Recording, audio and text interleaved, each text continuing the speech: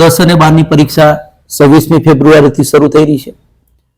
44,379 જેટલા વિદ્યાર્થીઓ આ પરીક્ષા આપી રહ્યા છે.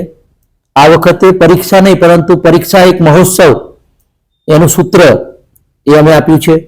ખાસ કરીને અમારા પરીક્ષા સમિતિના અધ્યક્ષ માન્ય કલેક્ટર શ્રી પટેલ સાહેબ અને અમારી સમગ્ર શિક્ષણ વિભાગની ટીમ એ આ વખતે પરીક્ષાની સુંદર મજાની તૈયારી થઈ છે અને પરીક્ષા માટે એ પરીક્ષાર્થી તમામ અને એમના વાલીઓને અમે શુભેચ્છા આપીએ છીએ.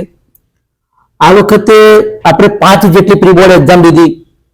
યુટ્યુબની ચેનલ મારફતે પણ આપણે વિષય તજજ્ઞોની ટિપ્સ આપણે બાળકોને આપી.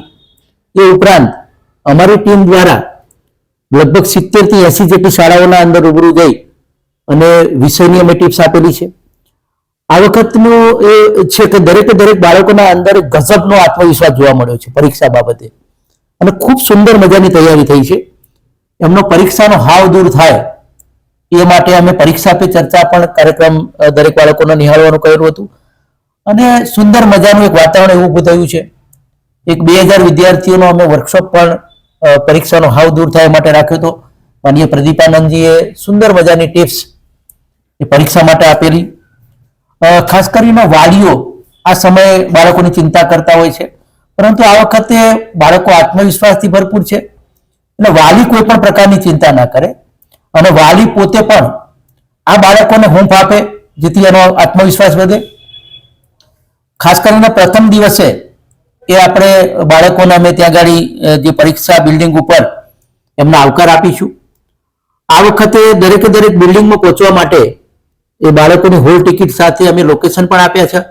તો એ લોકેશનની મદદથી એ બાળકો પ્રથમ દિવસે ઝડપથી પોતાના જે પરીક્ષા બિલ્ડિંગ સુધી પહોંચશે. એ સિવાય પણ જો માનો કે પોલીસ હેલ્પલાઇનના અંદર અથવા અભયમના અંદર જો આપણે ફોન કોઈ પણ વિદ્યાર્થી વાલી કરશે તો એ ત્યાંથી જે એનું વાહન પોલીસ ડિપાર્ટમેન્ટનું વાહન પણ તમને પરીક્ષા બિલ્ડિંગ સુધી પહોંચાડી દેશે. એ ઉપરાંત અમારા જિલ્લા કક્ષાના કંટ્રોલ રૂમ ઉપર તમે ફોન કરશો તો અમારું સરકારી વાહન એ પણ તમને પરીક્ષા ખંડ સુધી પહોંચાડી દેશે.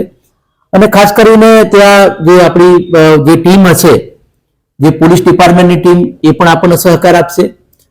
ત્યાં અમે કોઈ પણ બાળકને કોઈ પણ પ્રકારની મુશ્કેલી થાય તો અમે ત્યાં હેલ્થ વિભાગની એક ટીમ એ બિલ્ડિંગ ઉપર રાખેલી છે. વાલી કોઈ પણ પ્રકારની ચિંતા ના કરે અને મુક્ત મને વિદ્યાર્થીઓ પરીક્ષા આપે એ પ્રકારની અને હૂંફ આપે.